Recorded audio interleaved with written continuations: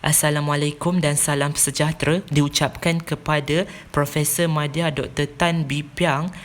Okey, pada hari ini kami akan membentangkan ulasan artikel yang bertajuk Kemahiran Generik, Hubungan Nilai Amanah dengan Etika dan Moral Profesional dalam kalangan pelajar Universiti Teknikal Malaysia. Okey, saya Muhammad Izzuddin bin Muhammad Zaidi akan meneruskan pembentangan dengan tajuk artikel secara lebih terperinci. Okey, artikel ini merupakan artikel terbitan The Online Journal of Islamic Education, merupakan artikel yang diterbitkan pada tahun 2014. Okey, artikel ini merupakan artikel yang memberikan penekanan kepada nilai etika dan integriti dalam kalangan pelajar. Okey, artikel ini secara amnya menekankan tentang kepentingan nilai etika dan bagaimana seseorang pelajar perlu mempunyai integriti yang tinggi dalam diri mereka untuk memastikan mereka berada dalam alam universiti dan tidak terdedah kepada anasi-anasi yang tidak sepatutnya. Pada bahagian ini, saya Ilyas bin Perkasih akan menerangkan secara ringkas tentang isi kandungan artikel yang telah kami pilih.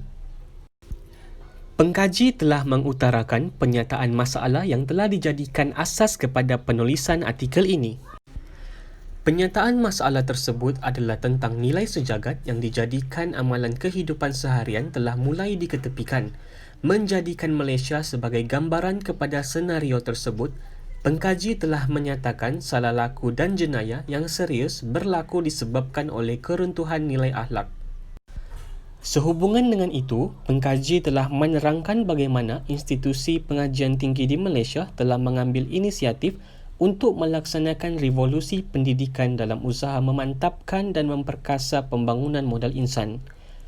7 elemen kemahiran insania yang telah dikenal pasti perlu dikuasai dan perlu mencapai standard yang telah ditetapkan. Pengkaji juga telah menekankan bahawa kemahiran tersebut tidak bermakna untuk dikuasai sekiranya kemahiran etika dan moral profesional diabaikan. Tema penting yang telah dipilih oleh pengkaji adalah pendidikan. Pengkaji telah menerangkan tentang aspek pendidikan dan setidaknya semua aspek kehidupan sosial yang berkait dengan pendidikan. Tujuan khusus penulisan artikel ini adalah pendidikan, tetapi masalah atau topik yang ditulis sangat luas dan tidak terbatas. Jika diteliti kepada tajuk artikel, ianya menunjukkan perkaitan pendidikan etika dan moral serta kepentingannya aspek ini kepada pelajar di peringkat pengajian tinggi. Dalam bahagian penyataan masalah penulisan artikel ini, pengkaji telah menyatukan masalah-masalah tersebut secara eksplisit dengan memasukkan istilah pendidikan dalam pertanyaan penelitian. Pengkaji kurang menekankan tentang konsep pedagogi yang ironinya berkait dengan tema pendidikan, tetapi ianya lebih kepada menerangkan tentang kepentingan pendidikan tersebut. Dalam penulisan artikel ini juga, pengkaji menekankan bagaimana kemahiran tentang etika dan moral profesional perlu dilatih atau diajar melalui kaedah secara formal atau informal dan ianya merupakan kaedah yang berkesan bagi memberi pendedahan kepada pelajar tentang kepentingan etika dan moral serta isu-isu yang berkaitan. Bagi objektif kajian, pengkaji telah mensasarkan 4 objektif yang perlu dicapai dalam kajian ini di mana setiap objektif ini bertujuan untuk dapat mengenal pasti hubungan akhlak Islam dengan kemahiran etika dan moral profesional di kalangan pelajar di institusi pengajian tinggi berdasarkan kepada penyataan masalah yang telah dibentangkan.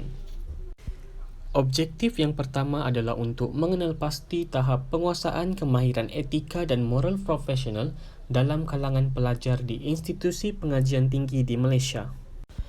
Objektif yang kedua pula adalah untuk mengenal pasti tahap penguasaan nilai amanah dalam kalangan pelajar di institusi pengajian tinggi. Objektif ketiga yang ingin dicapai pengkaji dalam kajian ini adalah untuk mengenal pasti hubungan nilai amanah dengan kemahiran etika dan moral profesional. Dengan itu, pengkaji telah membina satu hipotesis nol, iaitu tiada hubungan yang signifikan antara penguasaan etika dan moral profesional dengan nilai amanah. Objektif yang terakhir adalah untuk mengenal pasti apakah terdapat perbezaan penguasaan kemahiran etika dan moral profesional dalam kalangan pelajar di institusi pengajian tinggi yang berlainan bidang pengajian. Pengkaji telah membina satu hipotesis alternatif iaitu terdapat perbezaan yang signifikan antara penguasaan etika dan moral profesional dalam kalangan pelajar berlainan universiti. Dalam kajian ini, reka bentuk kajian deskriptif yang bersifat tinjauan telah dipilih oleh pengkaji. Kajian yang bersifat kuantitatif adalah kajian yang menggunakan maklumat atau data yang boleh diukur melalui proses pengukuran. Pengkaji menggunakan kajian kuantitatif bertujuan untuk mengkaji hubungan akhlak Islam amanah dengan etika dan moral profesional berasaskan kepada model Kementerian Pengajian Tinggi 2006. Pengkaji telah menggunakan soal selidik sebagai instrumen kajian yang dibina oleh pengkaji sendiri. Melalui item-item soal selidik yang dibina, pengkaji dapat meninjau sikap kepercayaan dan persepsi bagi kumpulan sasaran yang telah dikaji. Pengkaji juga telah menggunakan perisian komputer Statistical Package for Social Science SPSS versi 19.0 untuk menganalisis dapatan kajian dalam bentuk jadual dan rajah. Jadual dan rajah yang diperolehi melalui perisian komputer tersebut telah disepadukan dengan kajian ini untuk menyokong pernyataan yang dibuat oleh pengkaji. Pengkaji telah membuat penerangan yang jelas terhadap dapatan kajian yang diperolehi dan hubung kaitnya dengan objektif kajian yang telah ditentukan.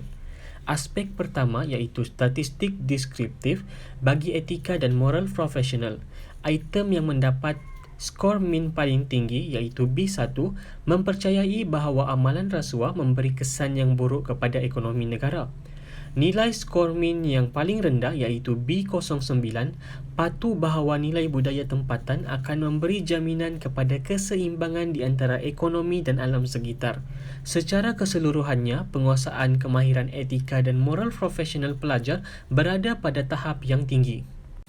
Aspek statistik deskriptif nilai amanah, pengkaji mendapati item C4 dan C7 iaitu menyelesaikan tugas yang diamanahkan dalam tempoh yang ditetapkan dan menghadiri kelas tepat pada masanya mempunyai min yang tinggi iaitu 4.29. Secara keseluruhannya, tahap penguasaan nilai amanah, pelajar berada pada tahap yang tinggi.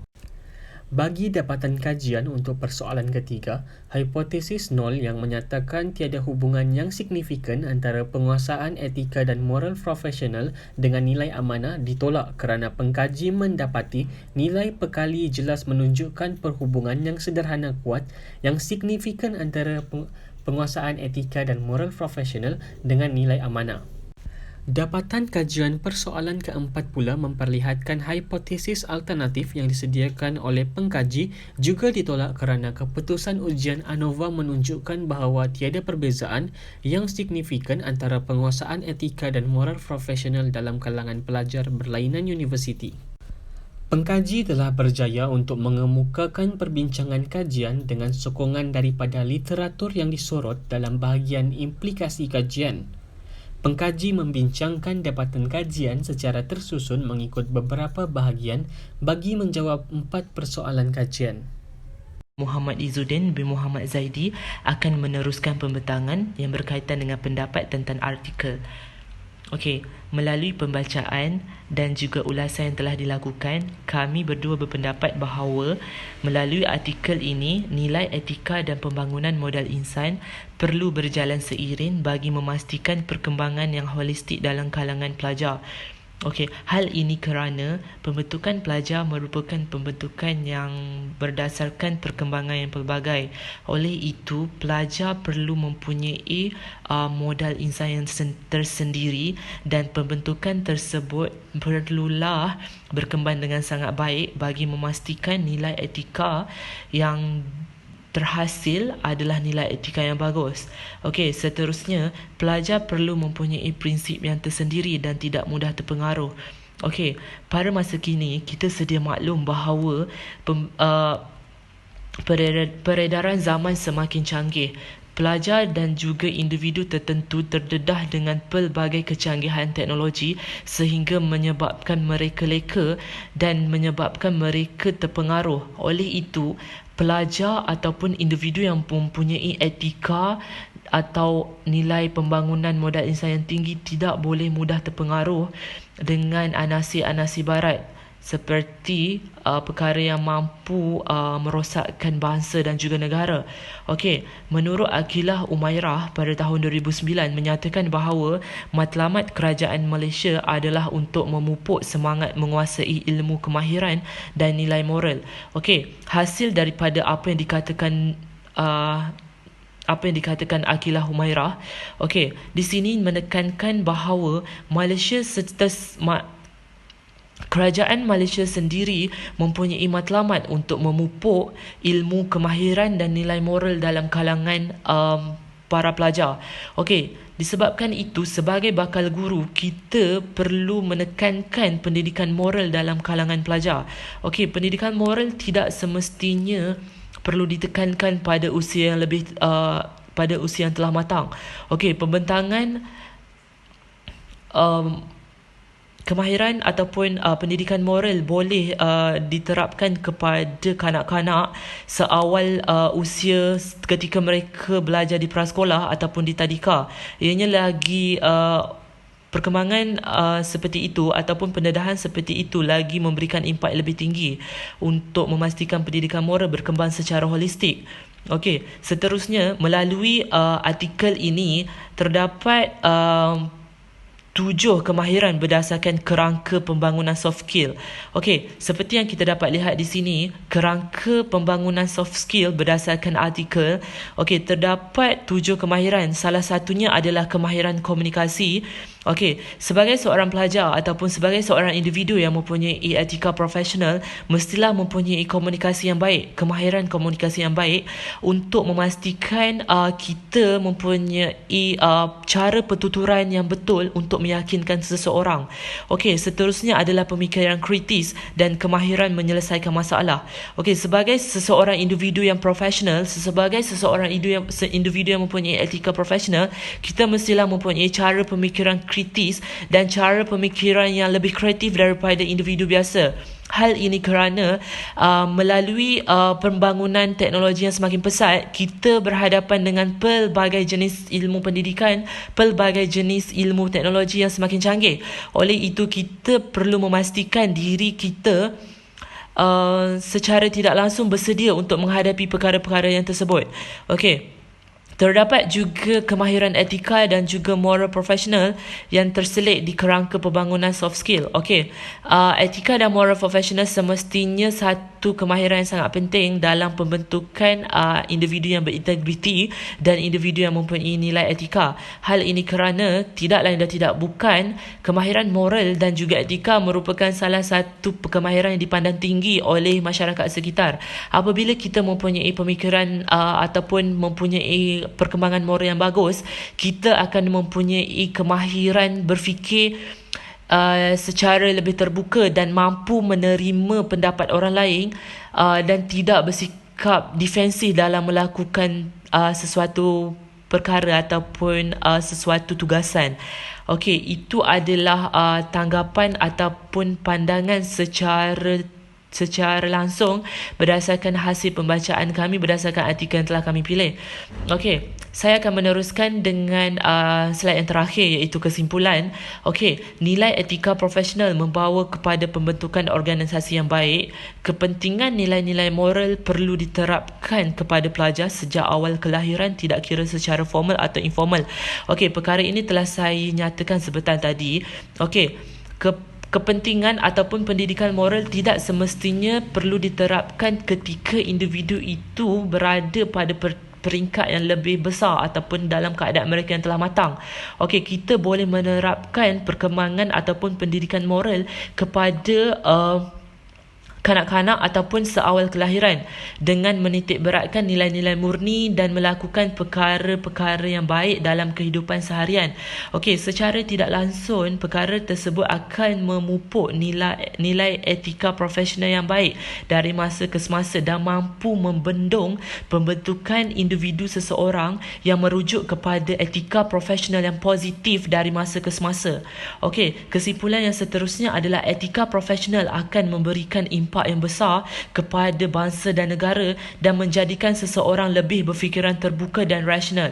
Okey, di sini saya ingin tekankan bahawa seseorang individu yang mempunyai etika profesional akan memberikan impak yang besar kepada bangsa dan negara. Hal ini kerana apabila kita mempunyai nilai etika yang baik, kita akan cenderung kepada kehidupan yang berorganisasi. Dan kehidupan berorganisasi akan melambangkan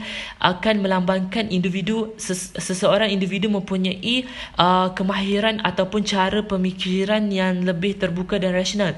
Okey, tindakan ini merupakan satu tindakan yang wajar yang perlu ada dalam seseorang individu yang mempunyai etika profesional, di mana kita seharusnya menerima pandangan orang lain untuk meningkatkan kemahiran diri kita sendiri. Kita tidak boleh 100% bergantung kepada diri sendiri tanpa berpegang ataupun tanpa menerima pandangan orang lain, kerana di dalam kehidupan ataupun di dalam organisasi ataupun di dalam dunia pekerjaan nanti, kita memerlukan bantuan rakan sekerja, kita memerlukan bantuan orang yang lebih arif daripada kita untuk kita belajar dan untuk kita jadi lebih baik dari masa ke semasa. Okey, itu sahaja